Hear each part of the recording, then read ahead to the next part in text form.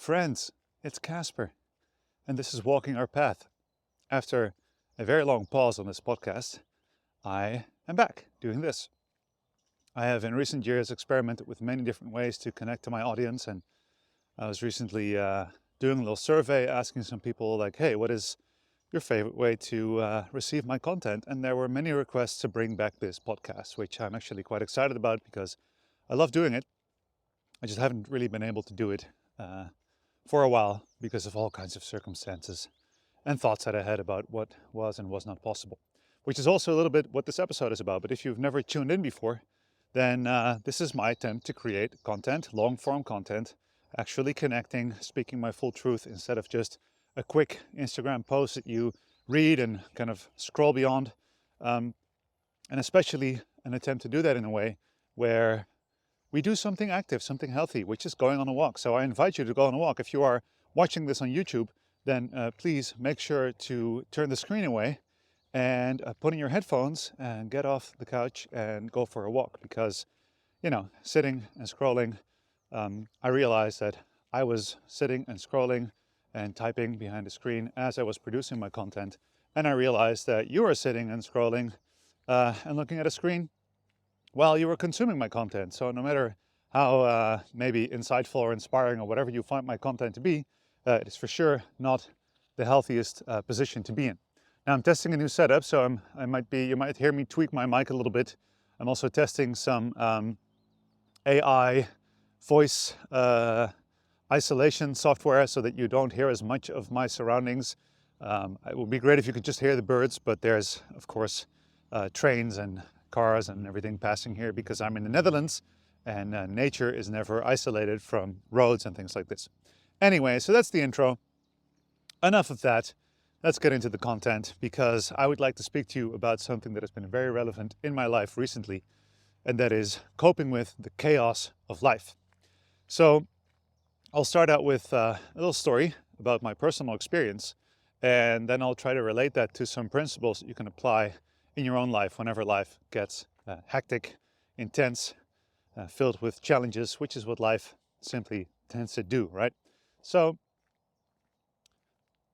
actually this is a much longer story that starts about 2 years ago when I had a full year of massive sleep deprivation after our incredible son Atlas was born.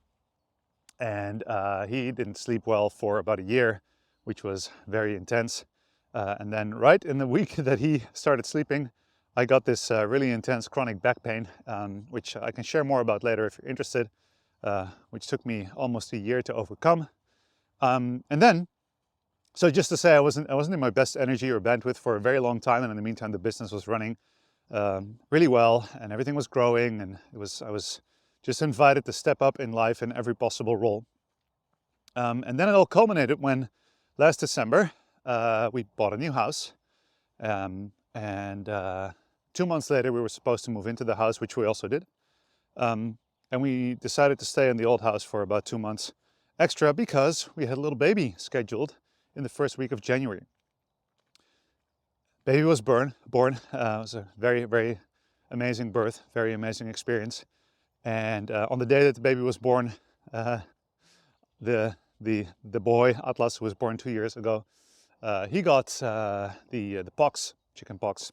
He was very sick and everything got kind of intense. We bought a house, we were selling the old house, we had a baby, we had to remodel the old house and coordinate the move. I had the business to run in a far too small house from my laptop. And I was like, okay, all right, you know what? I'm cruising, I've got this, we're doing it.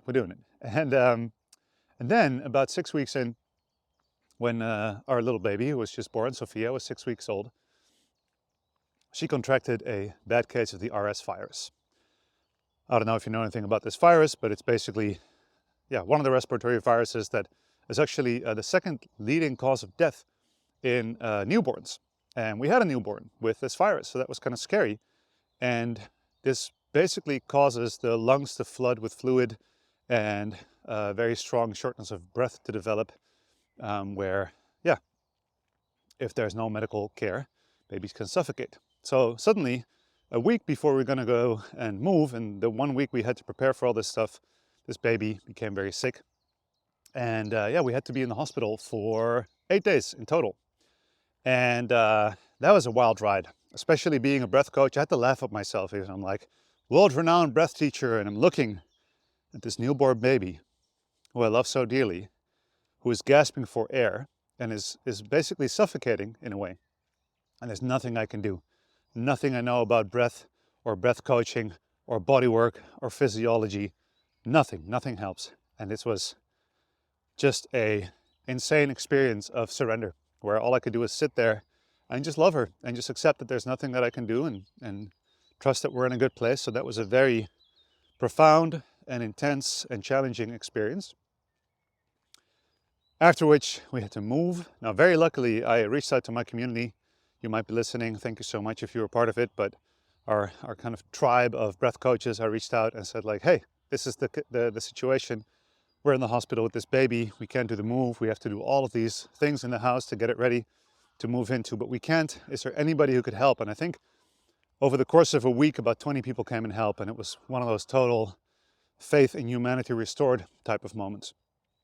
And but anyway, yeah, we were highly unprepared to move, and then we moved. And about a week after the move, I had my first retreat again, which was planned, which I couldn't move anymore in relation to the baby and the house moving, because that was all scheduled. So then I had a retreat, and then a few days at home and another retreat. And then I had a teaching gig for 2 days, and I had another retreat. so it was just like one thing after the other. That's the point. All right. So I'm just trying to give you a little glimpse. There's of course lots to it, but a little glimpse of what my life has been like in the last months or even years. And sleep deprivation and very high intensity life and all of this, yeah, this stuff happening in life. Now, to be clear, I'm not complaining. I'm extremely deeply grateful for my life. I love my life. And a lot of these things are just big blessings that I get to receive. You know, like buying an awesome new house and having this great business and the retreats I get to run and the people I get to meet. So to be clear, I'm not complaining, but it is chaotic. It is a lot. It is intense. And there was this one moment that I realized that I was experiencing a lot of what I am teaching about. Because one of the things I teach about is when the sympathetic nervous system, so the part of you that does activity, stress, goal focus, getting things done, that part of you, that system, when that gets used chronically or overused chronically, it tends to tune itself to a higher degree of readiness, right? So normally you would want to be able to flow from states of focus and activity and alertness, you know, stress, positive stress, and easily shift back into a relaxing state and to be calm and to sleep and to, you know, just kind of stare at a wall and not have to do anything in particular. And all of the states in between, you want to be able to flexibly maneuver yourself through these without actually making an effort. That's, of course, the ideal life. You know, you're active when you want to be active. You're tired where you want to be tired when you go to sleep. You can relax and stare at a wall and let your mind wander whenever you need to. And I started to notice, and of course, a lot of my teaching is about navigating this if you're stuck in the sympathetic mode, if you're chronically stressed. This is a lot of my work teaching is about this, to explain to people how the nervous system does that, and especially how you can modulate that and regulate this with breath. Primarily breath. So what was interesting, through my own breathing practice, I started to notice that I was living that story. I was experiencing exactly that thing that I'm teaching about and that I'm helping people steer away from. So I was like, man, first of all, what a blessing that I get to re-experience this, because one reason I can teach about it, of course, is because I have experienced a lot of that in my life. Chronic overstimulation of my sympathetic nervous system, aka chronic stress, chronic tension. And I've had this a lot, learned a lot about breath, started teaching about it, and was able to keep myself in a really good balance for a long time. And now it was simply the circumstances of life that were getting me back into that overstimulated state. So I thought, what a blessing that I get to see this and I get to watch this happen. And interestingly, I only really realized that I was in this overcontracted state when I was teaching my own retreat and I was teaching others to do body work, the kind of body work that really helps the system shift out of stress and that really helps relax the mind and body. And I had one of my co-teachers, one of my colleagues, show these techniques on me for the group. And then I realized I suddenly felt my own body. I felt my ribs. I was like, wait, my ribs are sticky. My breath doesn't flow freely. I can't access the full capacity of my lungs. I can't breathe low and deep into my body. This is incredible. I'm really noticing, like I was like on my own dissection table, seeing my own core topics in real life and seeing also how the techniques that I teach and that I've developed over the years are super helpful for this. So I was like, wow, this is really funny actually, and a huge blessing for me to experience. So I started to realize a lot of this, and but here's the point of this podcast that I really want to talk about, which is about the stories that we tell ourselves. Because in this whole phase, of course, I would have people who would ask how I'm doing, check in with me, like, hey, Kasper, how are you doing? And in the beginning, I'd kind of tune in with myself and I'd be like, yeah, wow, it's a lot. There's just really a lot on my plate right now. There's all these balls I have to keep in the air, you know, like I'm juggling all these balls and I have to all stay up in the air. And I was using these kind of mental images and telling a story about them because they describe my experience. And as it went on, I noticed that I kind of found my set response, and that I started also repeating those things in myself, in my head. I was like, wow, man, there's a lot on my plate. Wow, there's really a lot that there's got to keep all these balls in the air. And I was telling myself this story. And then after a while, I sat with it for a bit, and I was like, wait, maybe this has just become a story. And I realized that that's what it was. I had kind of identified myself with the part of me that does it all, and gets it all done, and it's working really hard, and it makes it all happen, and it runs the business and runs the family, and is a good dad, and like, yeah, the house and the things, and I had this whole list in my head, and I was really believing that that was me, that is not just who I am, but also who I needed to be in the situation, which is interesting, because in some part it's true. And this is the tricky thing about catching yourself having stories and believing in stories, because this is basically a belief system, right? It is a belief system, and the fact that you believe it doesn't mean that it's true. So I caught myself and I realized, okay, so I'm telling myself this story every day. I'm telling other people this story every time they ask me. And maybe I am using now this story to keep a perception of reality in check that is actually not serving.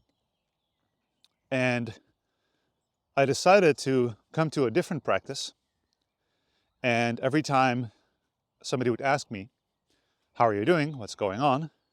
I would check in with my in the moment feeling and be and to be like, okay, let me take a breath.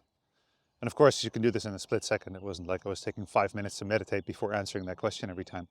But if somebody that I cared about, somebody who really is interested in how I'm doing, would ask, hey, how's it going with the house and the baby and the things? Take a breath. Let me check. And then I would just look at my in the moment current experience, my felt sense of what's going on right now. And sometimes I would be like, it's all really blessings. I'm so blessed that I get to have these kids, that I get to have this house, that we, have all these amazing things happening in our family right now. Wow, yeah, I'm just feeling super blessed. And that came from a real place, because that was my in the moment experience. Because this is what also sometimes happens in people who do personal development, spiritual people, is that we create a spiritual bypass, which is also a story where you're actually struggling and suffering a lot, but you're supposed to be the self-improvement person, the spiritual person who sees blessings and gratitude and everything. And then somebody asks you how you're doing, and you go, oh, it's all blessings. It's all love and light. Yeah, totally. And then again, you're using a story that is not your actual in the moment felt experience, but that is a layer of reality that you use in order to maybe justify not feeling well, or to pull up a wall, or to hold up a mask. And of course, everybody is completely free to hold up masks and to not vulnerably share with everybody you meet. That's completely fine. But the question is, are you being honest to yourself in the stories that you tell yourself? Or are you using the story to keep an idea of who you should be alive? And so basically to have an illusion about who you should be, how your life should be, and to try to live up to that illusion. Because what I've learned in my life is that whenever we are out of touch with our in the moment felt sense, with what we truly feel and what we truly care about and what we truly need, we can live in an illusion. I believe that is the kind of like the definition of living in an illusion, is that you're tricking yourself into believing something that might not actually necessarily be true. And as you, of course, believe in this image of yourself and this image of what your life should be, and you try to get there, you also, on some deeper level, realize that you're not there, right? Even if you're not fully conscious of it, but you just keep repeating the same story, and you might find yourself living out all of these imagined things that you should be doing, while you're actually not really fully aligned with what is truly there for you, if that makes sense. So I started making a practice of it, and sometimes somebody would ask and I would check in and I would feel like, man, it's rough. I would much rather say right now, it's all blessings and I'm super grateful and I love this life. But in that moment, that wasn't the true answer. In that moment, the true answer was, man, it's rough, it's a lot. There's a lot on my plate. And that's the cool thing, because if I would say, there's a lot on my plate, when I really felt it, it would be really helpful for me to say that and to share this with the other people. But sometimes I would use this, there's a lot on my plate, kind of sentence, this story, to show people how much I'm doing. That's also something I realized, where sometimes I was just feeling fine. I just had a good day. I'm like, hey, there's lots going on. We've got, like, we're basically living in a building site. You know, I haven't slept in a long time. I've got this crying baby here and another kid over there and a business to run and like all this other stuff. But I'm just feeling good. Just feeling blessed and full of trust. And then somebody would ask me, and there was this part of me who would be like, well, you know, I gotta make sure everybody knows how much I'm doing. I know how well I'm doing all of this. So then it would start this whole story again of like, oh, there's a lot on my plate. And then I would believe in it. And I would feel more like there's a lot on my plate and it's a lot, while actually I was feeling good. Right, so this is just a personal example, but I hope you're getting the idea of this principle here, is that there are always multiple channels available in our awareness. And one of the channels that I believe is most useful to tune into a lot, and that we've learned to tune out of, is our felt sense, our in-the-moment experience. What is true for me in this moment? Is it really, really there? And what I found is that I have needed to learn to communicate from that place. Because me and like many people in the modern world, I have learned to have a certain experience and then, aware or unaware, often I think unaware, to choose the version of that experience, the words, the symbols, the stories about that experience that is most likely to be well received on the outside world, right? So you have your felt experience and then you modulate that in order to deliver it to somebody else. And then the funny thing is that sometimes we do this to please others or to come across in a certain way or to make sure people don't feel negatively about us. So it seems like you're being ingenuine, you're being non-truthful to this other person, and that's the idea. But in reality, of course, the only person you can cheat is yourself. The only person you can lie to is yourself. So I've started to make a practice out of speaking from my felt sense, from my true experience, because I've realized that sometimes the stories about what I feel, the stories about how my life goes, the stories about who I am or who I should be, are actually not in alignment with who I am and who I want to be, how I truly feel. So this has been a big practice, and with all chaos in life, with all the intense phases, there's always infinite lessons. And this usually happens in hindsight, right? Life throws you a curveball, everything is chaos, the dust kicks up, you can't see clearly, you try to make your way through, and then you look back and you go like, wow, that was epic training. And And that's another way that I believe we should engage with these things, where I used to, years ago, whenever life was difficult and somebody would ask me how it was going, I would always have this story of like, yeah, it's really rough, but I'm going to turn this into something great. Or, I'm sure I'm going to learn a lot, or I'm sure there's lots of blessings. Or I would start speaking already about the lessons that I could potentially learn about this while I was still actually in the difficult phase. And this is another way that a story can put a layer over reality, to not really be fully present, to really be fully there. So what I'm learning to do now is, whenever life is difficult, I tune in with these different channels. There's one channel that is my felt sense, my in-the-moment experience, which can be whatever it gets to be. It doesn't really matter. I'm open to anything. Then there's another layer that kind of looks ahead and says, well, at some point I look back at this and it'll probably be the best thing that ever happened to me because I turned it into something great. So you have those two channels, and you can marry them by simply acknowledging that they're both there. So I find myself saying like, man, this is one of those phases where, a few months from now I'm going to look back and I'm going to be like, wow, that was epic training. I learned so much about myself. This was incredible, incredible personal growth, but I'm not there yet. Right now it just sucks. And this is how I'm trying to align these different parts of myself. So the question is, what are you telling yourself about yourself or about your life? Maybe through telling others that. And what are the things that you are feeling in this moment right now? And how can you actually be more aligned with this? Because through that self-observation and tuning in with that in-the-moment felt experience, it brings you, as I said, to the moment, to the here and the now.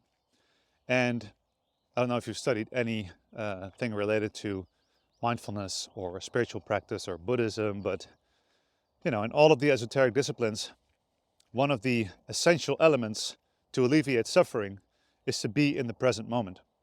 And the present moment has this unique quality of a constant rising and falling, which is funny because that's a paradox. It's a constant change. Everything is always in flux. An experience rises, an experience falls. Something is scary, it becomes less scary. Something is amazing, it becomes less amazing. There's this ever-changing, always moving thing going on. And this is what we often identify with. And then if we believe that we are this ever-changing thing, so you are the emotion, you are the anger, you're the fear, you're the chaos, because that's what you feel like in the moment, right? So if you believe that, you can start telling yourself stories about that identification, and in that way kind of set them in stone. Because now you take on this layer of reality as truth, right? So the felt sense, the in-the-moment experience, usually doesn't have the quality of story. It doesn't have a story about the experience. And in the present moment, this is the funny thing, if you tune in with these ever-changing, rising and falling states, emotions, sensations, feelings, whatever you call it, if you tune in with that, you'll see that they're actually not so scary, that they're actually completely fine.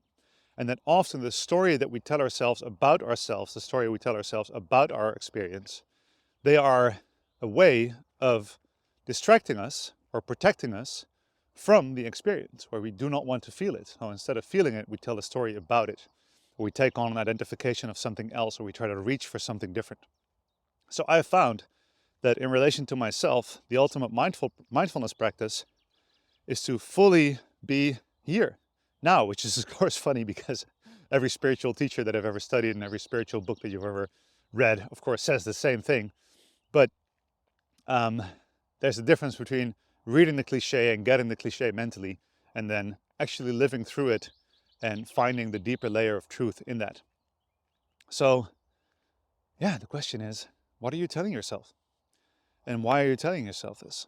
And when life gets difficult, when life gets chaotic, when it gets hard, when you're not sure what to do, maybe the only thing that you need to do is come back to your felt sense in the moment. To just be, okay, so there's grief, oh, there's sadness, oh, there's happiness, and just fully be with it. At least this has been my experience. Well, I'm enjoying this because I'm rambling already for I think more than 20 minutes.